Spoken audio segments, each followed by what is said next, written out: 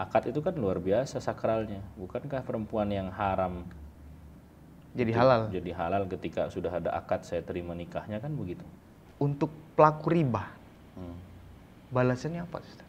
Orang-orang yang dia sudah tahu itu riba, tapi masih juga berinteraksi dengan riba tersebut, saat itu dia sedang mengumumkan peperangan dengan Allah dan Rasulnya.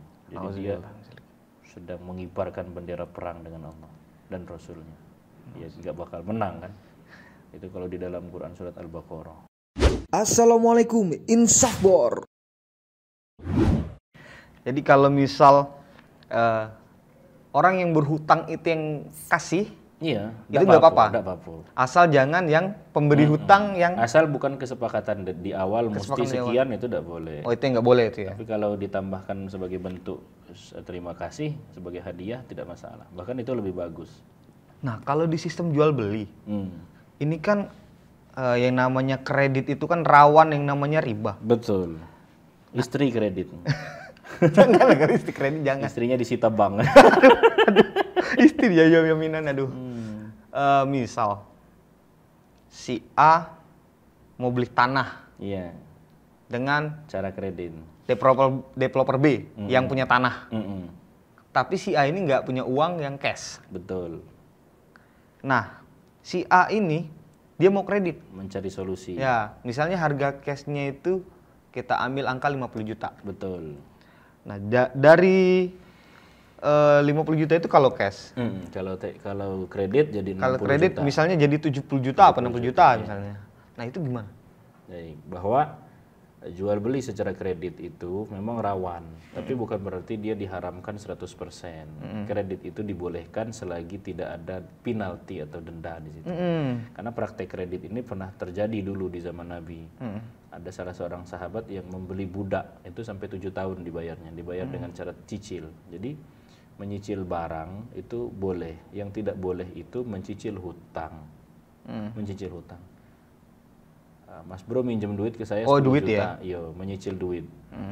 Mas Bro minjem kok 10 juta terus ya dari tadi. Biar gampang. Biar gampang. Iya, biar gampang. Biar gampang ingetnya. Biar gampang inget nih Nah, 10 juta. sampean minjem duit 10 juta. Tapi bayarnya nyicil setiap bulan sejuta. Tapi bayarnya sampai 11 juta. Nah, ini diharamkan. Karena 10 jadi 11. Bayarnya nyicil setiap bulan sejuta. Tapi nggak 10 kali, 11 kali. Ini haram karena mencicil hutang dengan membayar hutang dengan cara kredit, itu tidak boleh. Tapi kalau membeli barang dengan cara kredit, maka itu dibolehkan. Misal harga cash motornya berapa? 23 juta.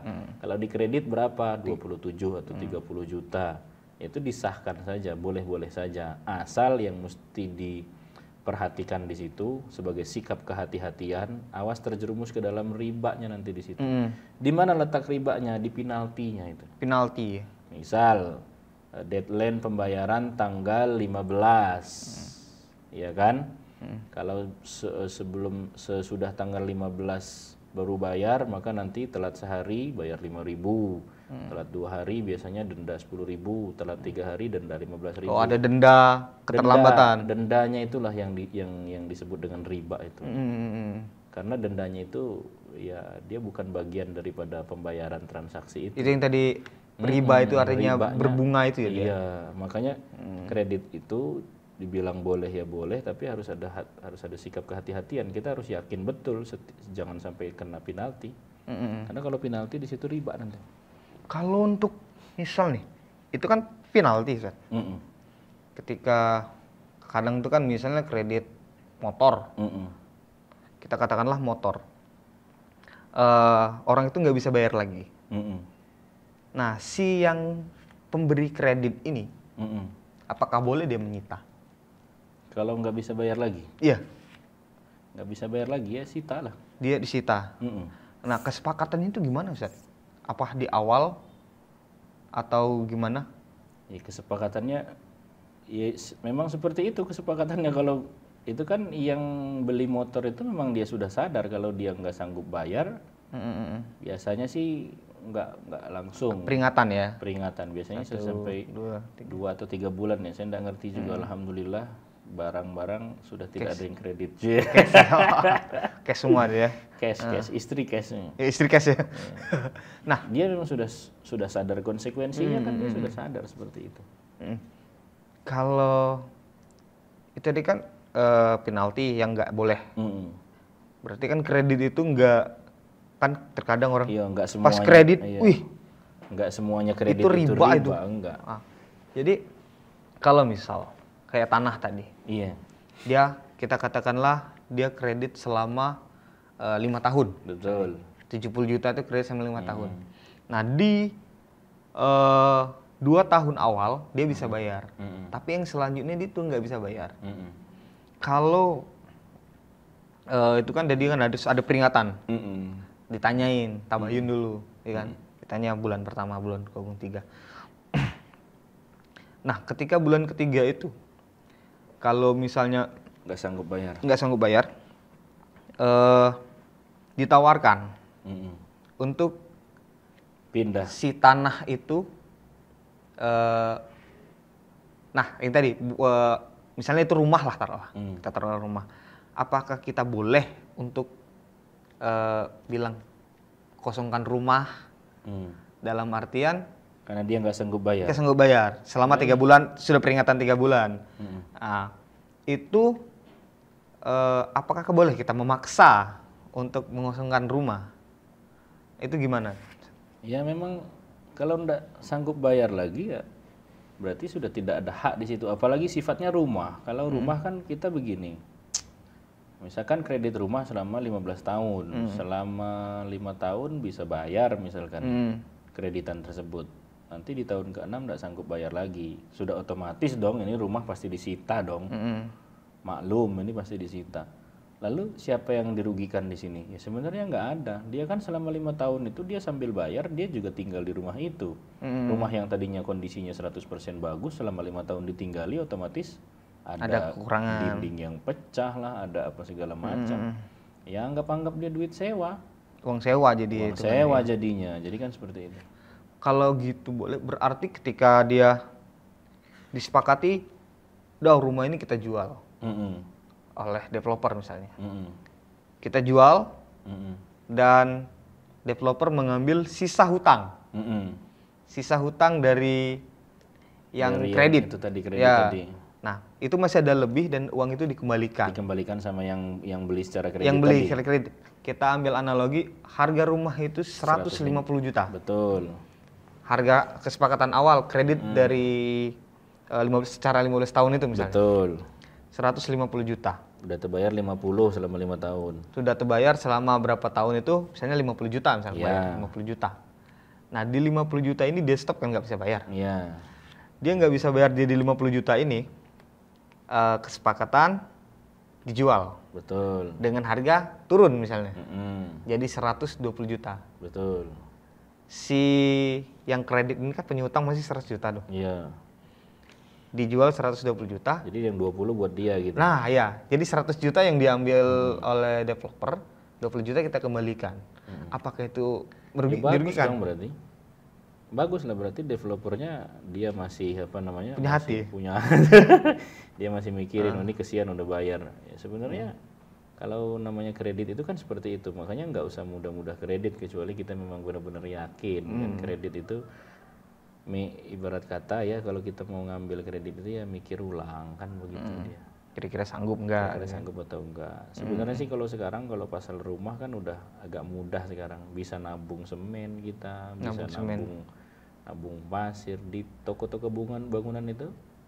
Atau kalau mau cara mudah begini deh bagi siapapun yang nonton video ini sekarang ini memang sedari dulu sebenarnya kita bisa baca ada barang yang dia tidak akan pernah turun harganya dari zaman dulu sampai zaman sekarang seperti itulah dia. Apa dia? Emas.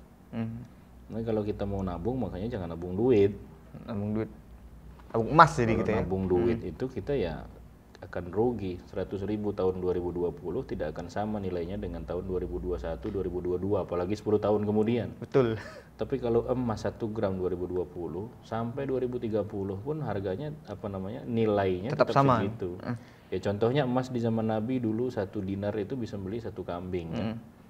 Nah sampai sekarang satu dinar itu bisa membeli satu kambing. Satu dinar itu kan sekitar. Kalau sekarang itu 4 juta lebih.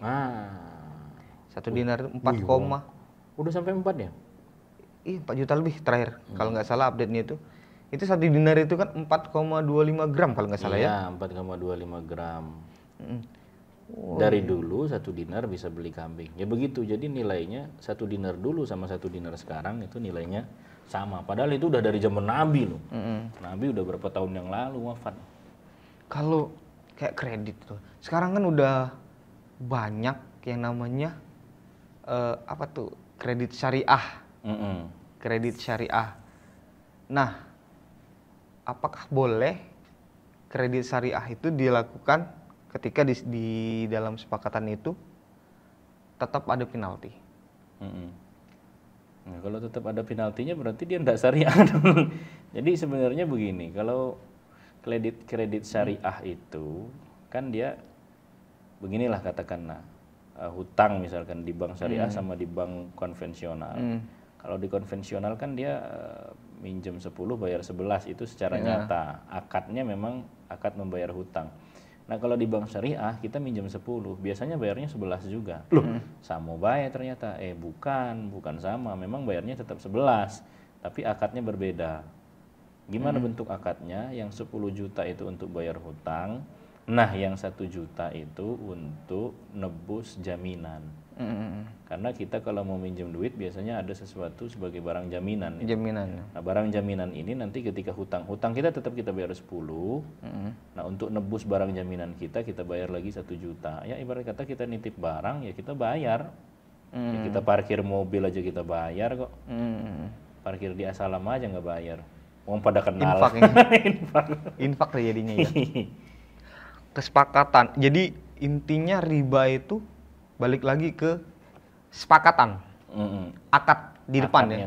Akad di depan. Iya. Padahal sama yang dibayarkan sama, dibayarkan sama, tapi caranya berbeda. Dua akad yang berbeda. Kalau yang bank syariah tadi bayarnya memang 11, tapi bayar utangnya 10, yang satu ini untuk tebusan jaminan. Nah kalau bank konvensional utang 10, tidak mau tahu nak bayar tebusan nak tidak, bayarnya tetap 11. Tidak ada dua akad itu tadi. Jadi akadnya beda. Dan memang dalam agama itu tidak bisa meremehkan pasal akad, tidak bisa meremehkan pasal walaupun bentuk perkataan ya kan. Akad itu kan luar biasa sakralnya. Bukankah perempuan yang haram jadi halal? Jadi halal ketika sudah ada akad saya terima nikahnya kan begitu. Oke.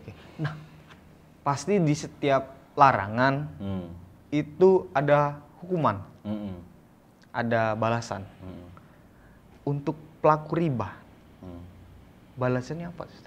Orang-orang yang dia sudah tahu itu riba, tapi masih juga berinteraksi dengan riba tersebut, saat itu dia sedang mengumumkan peperangan dengan Allah dan Rasulnya. Jadi dia sedang mengibarkan bendera perang dengan Allah dan Rasulnya. Dia nggak bakal menang kan. Itu kalau di dalam Quran surat Al-Baqarah. Di dalam hadis bahkan dosa riba itu lebih berat ketimbang berzina dengan ibu sendiri. Masya Allah, naudzubillah. Berzina dengan ibu saja dosanya besar, apalagi riba tersebut. Maka sudah seyogyanya kita melek syariat. Saatnya kita sudah tinggalkan yang riba-riba seperti itu. Ya ibarat kata kalau tidak terpaksa ya beguyur. Mobil tuh jangan langsung Fortuner. Beli bannya dulu. Ya, beli Karimun dulu. Iya. Nanti habis Karimun naik. Dia kalau langsung Fortuner orang, wah duit dari mana nih? Ya rumah juga begitu. Kalau nggak bisa bangun sekaligus ya bangun ya pelan-pelan. Dapurnya dulu. Tidur di dapur. Maksudnya asal ada dapur, ada satu kamar. Dapur, kamar, ya mungkin ruang tamunya belum segala macam. Ya sedikit. Assalamualaikum Insafbor.